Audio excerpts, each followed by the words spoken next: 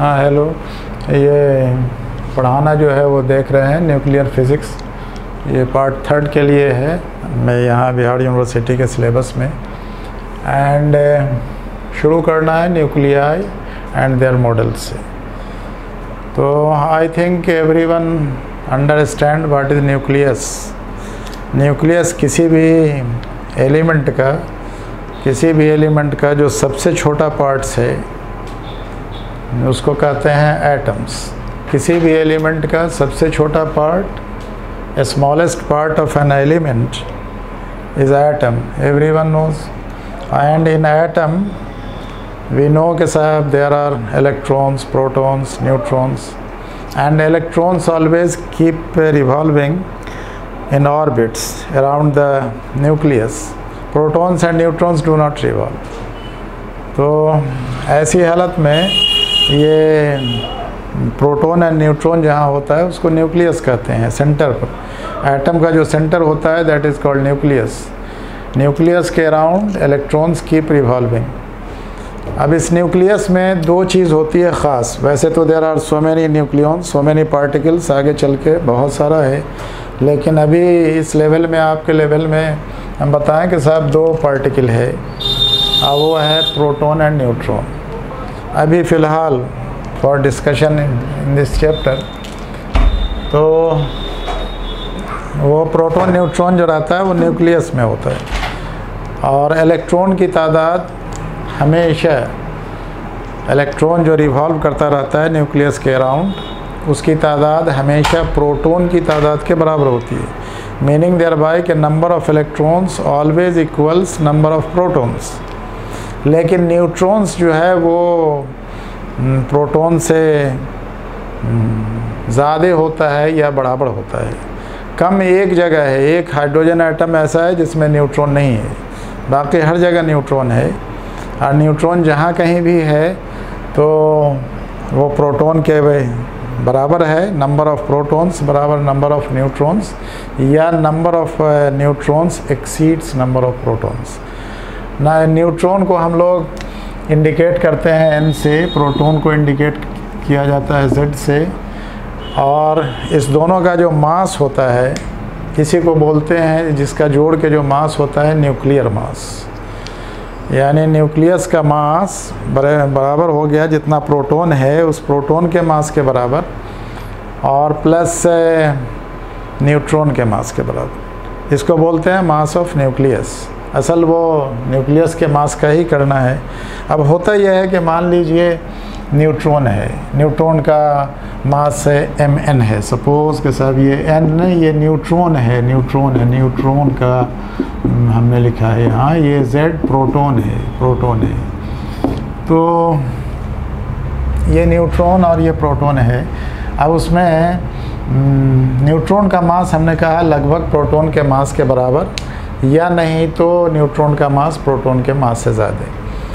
और न्यूट्रॉन का मास को अगर हम मान लें mn, प्रोटॉन के मास को मान लें mz, एक बात है mz मान लिया। अब इसमें अगर n न्यूट्रॉन है, इसमें z प्रोटॉन है, z प्रोटॉन की तादाद हो गई, n न्यूट्रॉन की तादाद हो गई। ये mn जो हमने लिखा है ये न्यूट्रॉन का मास हो गया, एक न्यूट्रॉन का मास। ये mz जो लिख दिया ये एक प्रोटॉन का मास। प्रोटॉन का मास लगभग न्यूट्रॉन के मास के बराबर ही होता है। तो छोटा m भी लिख सकते हैं, इसको हटा भी सकते हैं, लेकिन चलिए ये दोनों बराबर, इसको अगर जोड़ दिया जाए देन इट इज़ mn, ये मास ऑफ न्यूक्लियस। ये क्या हो गया, what is mass of nucleus. Mass of proton plus mass of neutron, ये बराबर मास ऑफ न्यूक्लियस होना चाहिए जैसा हमने लिखा है। ये बराबर हो भी सकता है, नहीं भी हो सकता है। इसको हम ऐसे लिखते हैं कि साहब ये या तो ये कम होगा, नहीं तो बराबर होगा। नहीं, ये ऐसा होगा। अब ये देखो, ये अजीब बात है। माने आप सोच सकते हैं कि मान लीजिए एक प्रोटॉन का मास 5 ग्राम है, सपोज़ करिए, होता नहीं है, 5 ग्राम तो बहुत बड़ी चीज़। तो एक प्रोटॉन का मास हमने 5 ग्राम मान लिया। अब मान लिया कि 10 प्रोटॉन है, तो 10 प्रोटॉन है तो 10 पंचे 50 ग्राम हुआ। नहीं, 10 5 50 हो गया, 50 ग्राम्स। और एक न्यूट्रॉन का मास भी मान लीजिए कि साहब वो 6 ग्राम है, एक बात है। और उसमें 10 न्यूट्रॉन है या 11 न्यूट्रॉन है, तो 11 6 हो गया आपके 66 ग्राम हो गया। तो न्यूक्लियस का मास होना चाहिए 50 + 66 means 116 gram. But you will find कि साहब 116 नहीं हो के 100 ग्राम होगा, 110 ग्राम होगा। यानी न्यूट्रॉन का मास और प्रोटॉन के मास का जोड़ हमेशा न्यूक्लियस के मास से बड़ा होगा।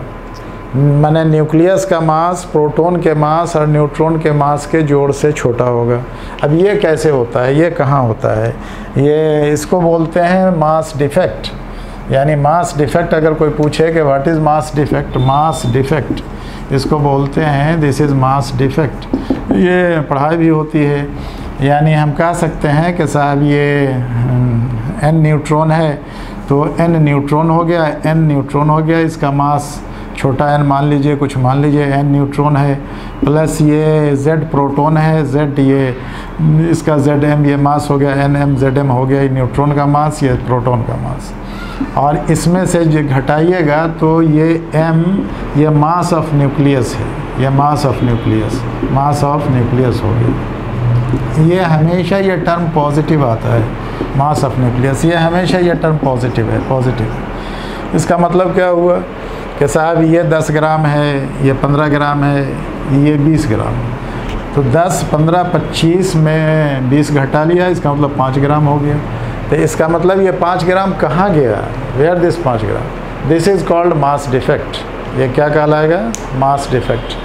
और मास डिफेक्ट ये कहलाता है, दिस मास, ये कहलाएगा मास डिफेक्ट। याद रखिएगा, दिस इज़ मास डिफेक्ट। और मास डिफेक्ट को अगर हम लोग जानते हैं कि साहब मास का एनर्जी में कन्वर्शन, एनर्जी का मास में कन्वर्शन होता है, तो इसको बोलते हैं कि साहब ये मास को अगर, मास डिफेक्ट को अगर हम c² से गुना मल्टीप्लाई कर दें, where c is speed of light in vacuum 3 × 10⁸ metre पर second, then it will become binding energy. Binding energy हमेशा याद रखिएगा, ये बाइंडिंग एनर्जी हो गया। ये बाइंडिंग एनर्जी अगर कोई पूछे कि what is binding energy, binding energy, then binding energy को कहते हैं, ये बाइंडिंग एनर्जी बराबर हमेशा मास डिफेक्ट इंटू c²। ये c बराबर है 3 × 10⁸ मीटर पर सेकेंड। ये speed of light in vacuum जो होता है वो वही है। Then this is called binding energy. यानी न्यूक्लियस जो एक जगह बंधा हुआ है, जो न्यूक्लियस कंटेंस प्रोटॉन्स, जो न्यूक्लियस कंटेंस न्यूट्रॉन्स, अगर इस दोनों के मास को मिला दिया जाए, दोनों को एक साथ कर, दोनों अलग अलग रहे, यानी अगर आप न्यूक्लियस को तोड़िए, न्यूक्लियस का वज़न अगर 20 ग्राम है तो तोड़ने के बाद प्रोटॉन न्यूट्रॉन को अलग कर दीजिए तो 25 ग्राम हो जाए। एक बात हम बता रहे हैं, ग्राम में नहीं होता, वो तो माइक्रो मिनी बहुत छोटा होता है, वो माइक्रो में इससे भी कम होता है। 10⁻⁻27 के टर्म में आता है उसका मास, प्रोटॉन न्यूट्रॉन का मास ग्राम में। वो AMU लिखते भी हैं, एक एटॉमिक मास यूनिट लिखते हैं 1.6 × 10⁻27 मास। इतना तो AMU में नापते हैं उसको, एटॉमिक मास यूनिट में।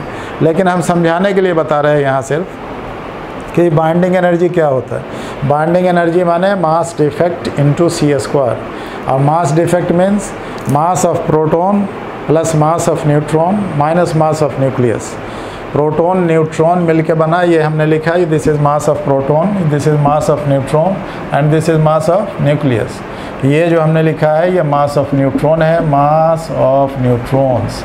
अगर n न्यूट्रॉन है तो उतना हुआ, ये this is mass of protons, mass of protons. तो this is mass of nucleus. अब ये देखिए कि साहब ये न्यूक्लियस जो होता है, न्यूक्लियस की कुछ ख़ास बात होती है। न्यूक्लियस की ख़ास बात ये होती है, याद रखना चाहिए हमेशा। पहली बात ये होती है कि न्यूक्लियस हमेशा ये अनचार्ज्ड होगा।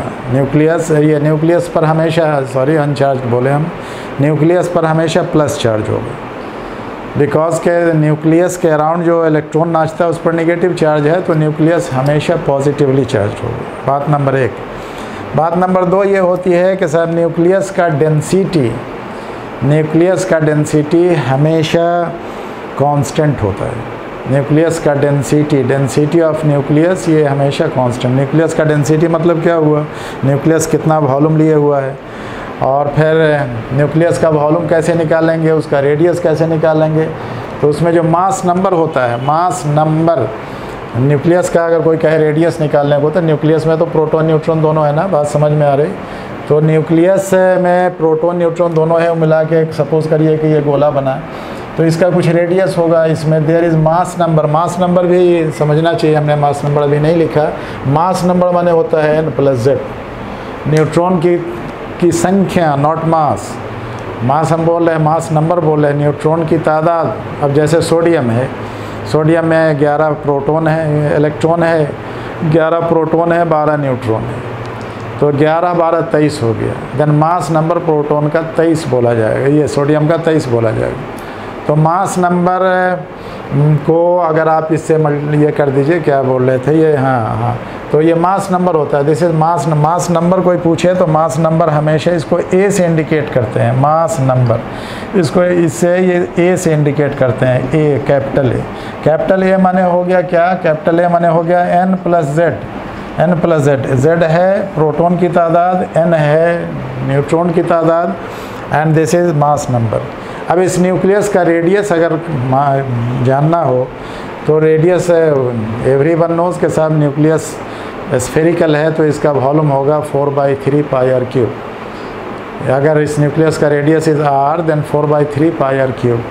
अब 4/3 πr³ में हो गया, यानी उतना वॉल्यूम हो गया न्यूक्लियस का, और उस वॉल्यूम में ये मास नंबर a है, यानी न्यूट्रॉन प्रोटॉन मिला के। तो हम लोग लिख सकते हैं कि अगर रेडियस न्यूक्लियस का r है, इफ़ r बराबर radius of a nucleus, radius of a nucleus, किसी न्यूक्लियस का ये रेडियस है, radius of a nucleus, then r varies as हमेशा 4/3 πr³ बराबर हो गया a। तो a है, r वेरीज एज हो गया a का पावर 1/3, यानी a का क्यूब रूट। ये हमेशा याद रखना चाहिए। वेयर a बराबर क्या हो गया, वेयर a बराबर मास नंबर, a बराबर मास नंबर। अब ये न्यूक्लियस जो होता है, ये न्यूक्लियस कैसा होता है, इसको एक्सप्लेन करने के लिए, इसके कैरेक्टर को एक्सप्लेन करने के लिए क्या किया जाए, तो उसके लिए देयर आर डिफरेंट मॉडल्स कहते हैं। जैसे एटॉमिक मॉडल होता था, वो कहते थे कि सर थॉमसन मॉडल और रदरफोर्ड्स मॉडल, ये सब पढ़ा है ना, तो वो एटॉमिक मॉडल था। We are not discussing atoms, we are discussing nucleus. तो समझना, यहाँ न्यूक्लियस का भी मॉडल होता है। नीचे के क्लास में पढ़ा है रदरफोर्ड मॉडल, थॉमसन मॉडल और कौन मॉडल और कौन, there are so many models for explanation of atoms. Here we are not talking of atoms, so we don't talk of rather models और ये क्या कहते हैं Thomson model and so. Here there are different models, and ये models का नाम है, जैसे बताएं कई नाम है, इसका नाम है लिक्विड ड्रॉप मॉडल। नहीं, न्यूक्लियस कैसा होगा तो इसको कहेंगे कि लिक्विड के ड्रॉप की तरह होगा। या फिर इसका नाम है shell model, SHELL shell model. There are different models to explain characteristics of a nucleus.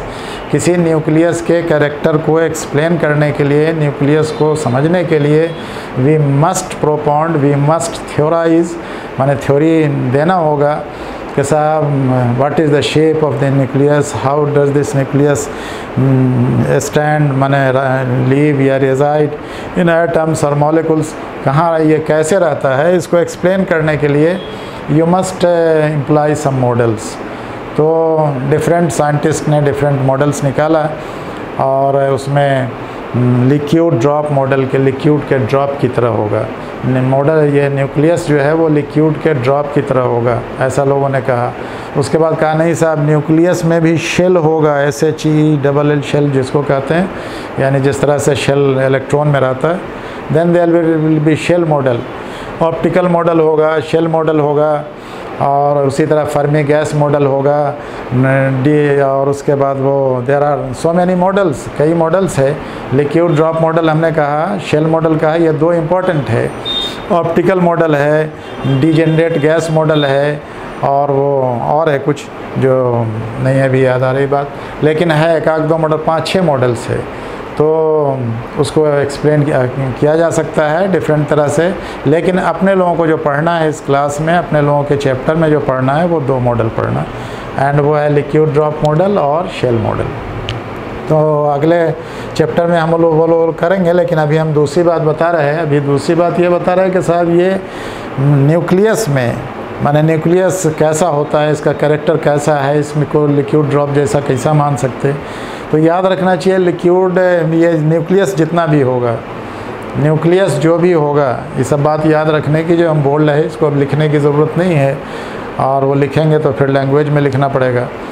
कह रहे थे कि साहब वो न्यूक्लियस जो भी होगा उसकी डेंसिटी कांस्टेंट होगी। डेंसिटी हमेशा कांस्टेंट होगी किसी पर्टिकुलर न्यूक्लियस की। अब न्यूक्लियस दुनिया भर के न्यूक्लियस की नहीं, सोडियम का न्यूक्लियस का डेंसिटी कुछ होगा, पोटेशियम का कुछ होगा, कैल्शियम का कुछ होगा, अलग अलग एलिमेंट के न्यूक्लियस की डेंसिटी अलग अलग होगी। बात number 1।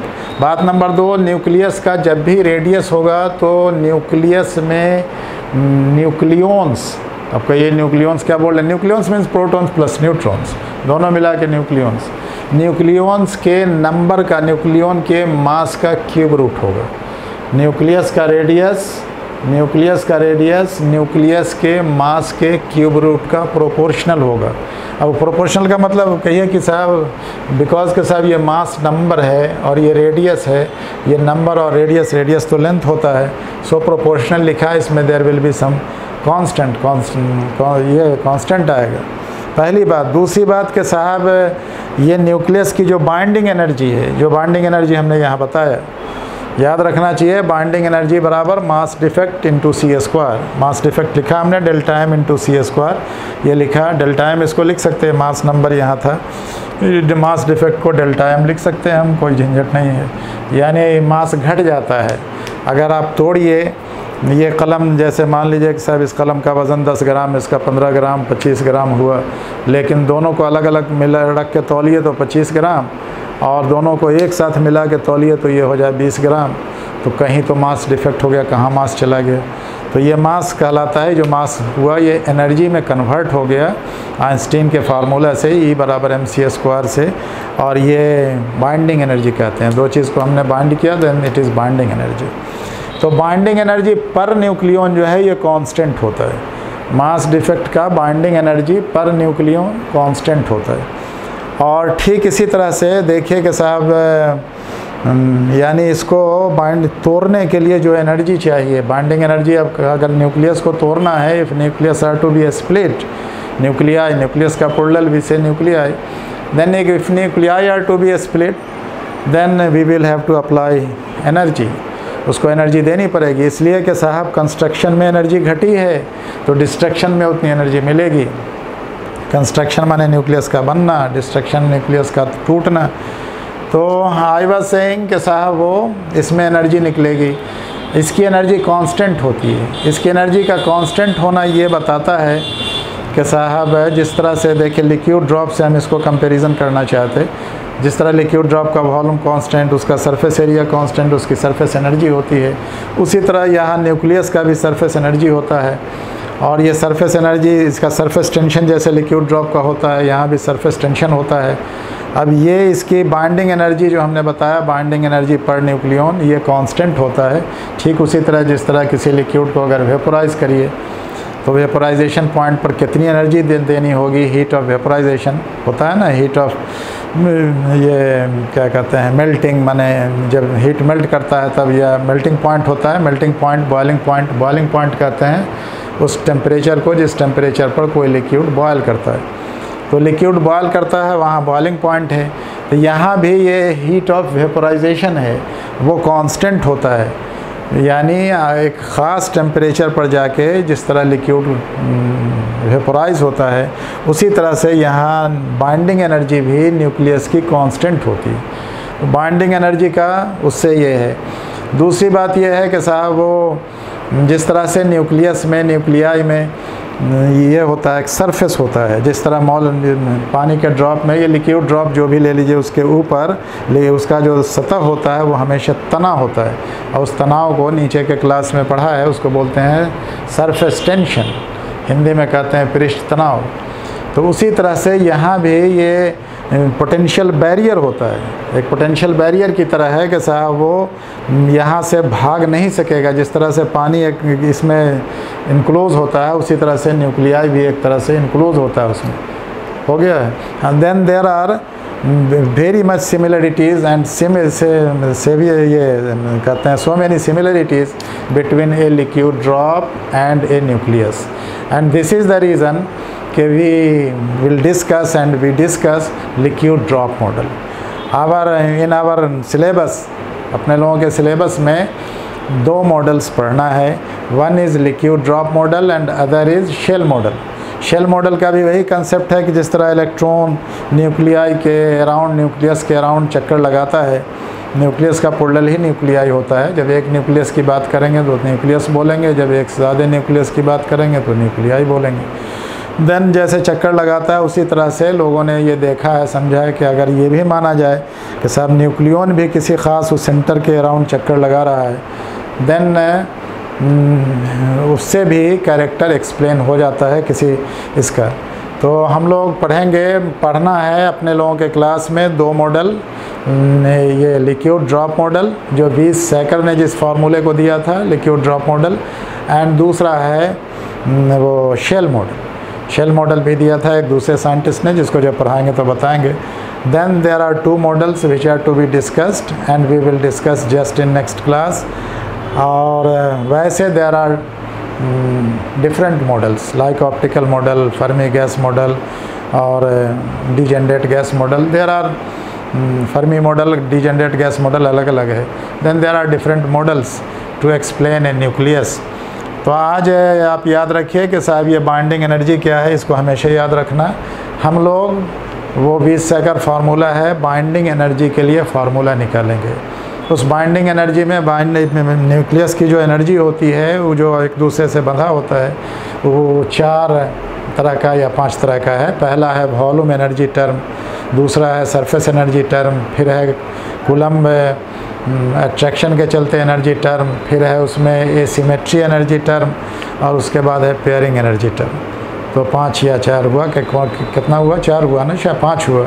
Volume energy term, surface energy term, coulomb energy term, asymmetry energy term and pairing energy term, 5 energy term. इस पाँचों को हम लोग नेक्स्ट क्लास में, नेक्स्ट वीडियो में इसको डिस्कस करेंगे। आज हमने एलिमेंट्री, चूँकि ये न्यूक्लियर फिज़िक्स का पहला दिन था इसीलिए थोड़ा बता दें। न्यूक्लियर फिज़िक्स माने न्यूक्लियस का फिज़िक्स, उसका पूरा फिज़िक्स है। सारी चीज़ तो हम लोग पढ़ नहीं सकते, पढ़ा नहीं सकते, इतनी मोटी मोटी किताब न्यूक्लियर फिज़िक्स की आती है।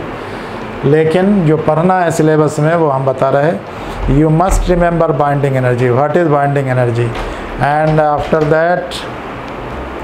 दैट वी विल माने टुमारो वी विल डिस्कस कि साहब कौन मॉडल है। कल हम लिक्विड ड्रॉप मॉडल बताएंगे, उसके बाद शेल मॉडल बताएंगे। 2-3 लेक्चर में सारी चीज़ ख़त्म होगी। तो ठीक है, आज इतना ही तक रखा जाए। ओके।